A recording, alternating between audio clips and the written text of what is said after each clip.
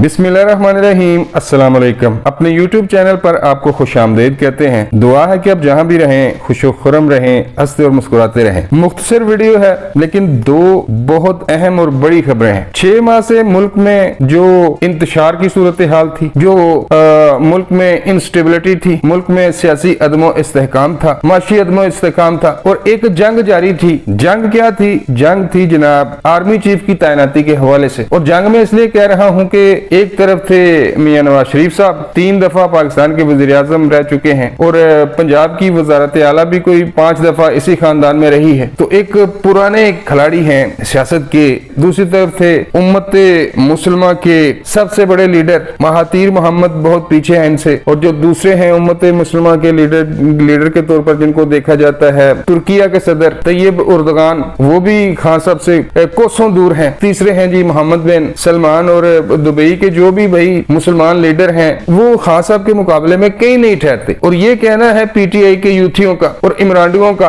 वो कहते हैं कि खान साहब उम्मत मुसलमा के सबसे बड़े लीडर हैं। तो एक तरफ थे पाकिस्तान के आप कह सकते हैं कि सबसे सीनियर मंजे हुए सियासतदान नवाज शरीफ साहब और दूसरी तरफ थे उम्मत मुसलमा के लीडर। तो दोनों इस जिद पर अड़े हुए थे। खान साहब कहते थे कि मैंने अपनी मर्जी का चीफ लगवाना है और मैंने इनको इतना प्रेशराइज कर देना है, मैंने डंके की चोट पर अपनी मर्जी का फैसला लेना है। जबकि दूसरी तरफ 6 माह पहले मियां नवाज शरीफ ने भाई आज जो मुस्लिम लीग नून वाले अवाम की आंखों में धूल झोंकने की कोशिश कर रहे हैं कि नहीं जी हमने तो मेरिट पे लगाया, इस दफा हमने तो सीनियरिटी में जो सबसे टॉप पर थे हमने उनको लगाया है। अगर जनरल आसिम मुनीर साहब सीनियरिटी लिस्ट में 6 नंबर पर भी होते तो मुस्लिम लीग नून इनको ही चीफ ऑफ आर्मी स्टाफ लगाती। तो ये सब अवाम के साथ ड्रामा है। ये अपनी मर्जी का चीफ लाना चाहते थे, उसमें मियां नवाज शरीफ साहब कामयाब हुए हैं। और इमरान खान साहब जिनके पास 4 हुकूमतें हैं, पंजाब में भी इनकी हुकूमत है, केपीके में भी इनकी हुकूमत है, कश्मीर और गिलगित बल्तिस्तान में भी इमरान खान साहब की हुकूमत है, लेकिन इसके बावजूद इमरान खान साहब लोगों को बाहर नहीं निकाल सके। भाई प्रेशर ही डालना था ना इन्होंने हुकूमत पे कि मैं जी वो 5 लाख या 10 लाख या 20 लाख बंदा लेके आ जाऊंगा। और अगर ये 20 लाख बंदा लेकर आ जाते, इनका लॉन्ग मार्च कामयाब हो जाता, तो ये अपनी मर्जी का चीफ लगवा सकते थे। लेकिन 4 हुकूमतें होने के बावजूद और कुछ दीगर हलकों की जानब से भी खान साहब को भरपूर हमायत थी। खान साहब कोई लावारिस थोड़ी है भाई, खान साहब का कोच भी है एक। तो इतना सब कुछ होने के बाद खान साहब को सियासी महाज पर इबरतनाक शिकस्त हुई है। खान साहब कल से जब से इन्होंने अपनी मर्जी का आर्मी चीफ तैनात कर दिया है, अब ये कह सकते हैं कि खान साहब अब सियासी यतीम हो गए हैं। तो बड़ी जंग जीतने के बाद अब अगला जो टारगेट है या फिर जो अगली खबर निकलकर सामने आई है वो ये है कि ख्वाजा आसिफ साहब ने कौमी असेंबली में अपने एक बयान में कहा है कि मियां नवाज शरीफ साहब वापस आ रहे हैं। आपको याद होगा कि तकरीबन 1.5 माह पहले हमने आपको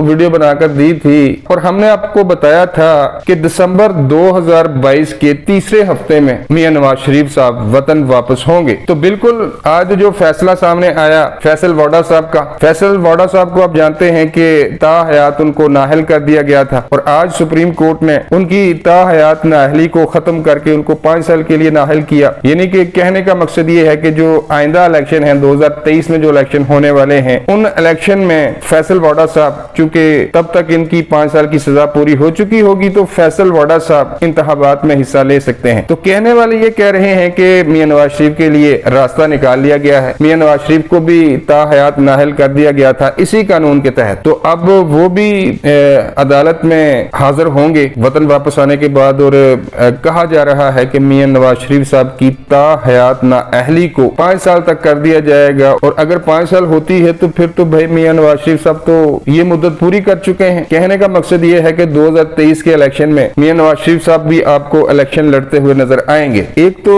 ये खबर है। दूसरी खबर है जनाब चौधरी परवेज इलाई के हवाले से। पाकिस्तानी सियासत का चैंपियन आसिफ अली जरदारी लाहौर में डेरे लगा चुके हैं। आर्मी चीफ की तैनाती के हवाले से भी ये कहा जा रहा है कि एक नुक्ते पर हुकूमत और एस्टेब्लिशमेंट के दरमियान डेडलॉक था, फिर आसिफ अली जरदारी की एंट्री हुई और मामलात को तय कर लिया गया। तो मौजूदा आर्मी चीफ की तैनाती में कहा जाता है कि आसिफ अली जरदारी का भी बड़ा अमल दखल था। तो अब चूंकि मियां नवाज शरीफ साहब की वापसी का तकरीबन आप कह सकते हैं कि ऐलान हो गया है और ये हो नहीं सकता कि परवेज इलाई की मौजूदगी में या फिर परवेज इलाई की हुकूमत के दौरान मियां नवाज शरीफ साहब लाहौर में आए तो उससे पहले परवेज लाई की हुकूमत को गिराया जाएगा। इस हवाले से भी अल्हम्दुलिल्लाह हमें याद है कि हम तकरीबन 2 माह से आपको ये बता रहे हैं। 2 माह पहले हमने बता दिया था कि जब मियां नवाज शरीफ साहब वतन वापस आएंगे तो पंजाब में चौधरी परवेज लाई की हुकूमत नहीं होगी। तो गुज़श्ता 2-3 माह से मुस्लिम लीग नून ने सर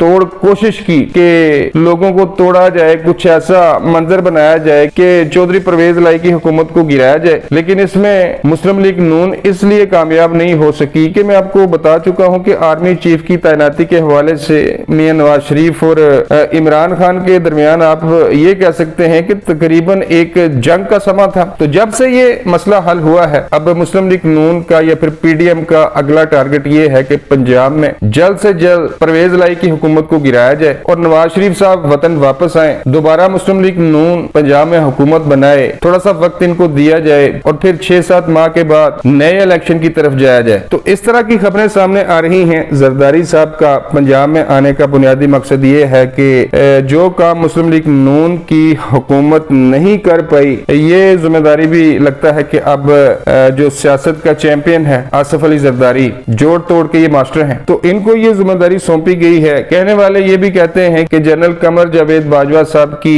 रिटायरमेंट के बाद चौधरी परवेज लाई की हुकूमत का बच पाना तकरीबन नामुमकिन है। अब तक के लिए बस इतना ही। मिलता हूँ किसी नई वीडियो में। अल्लाह निगहबान।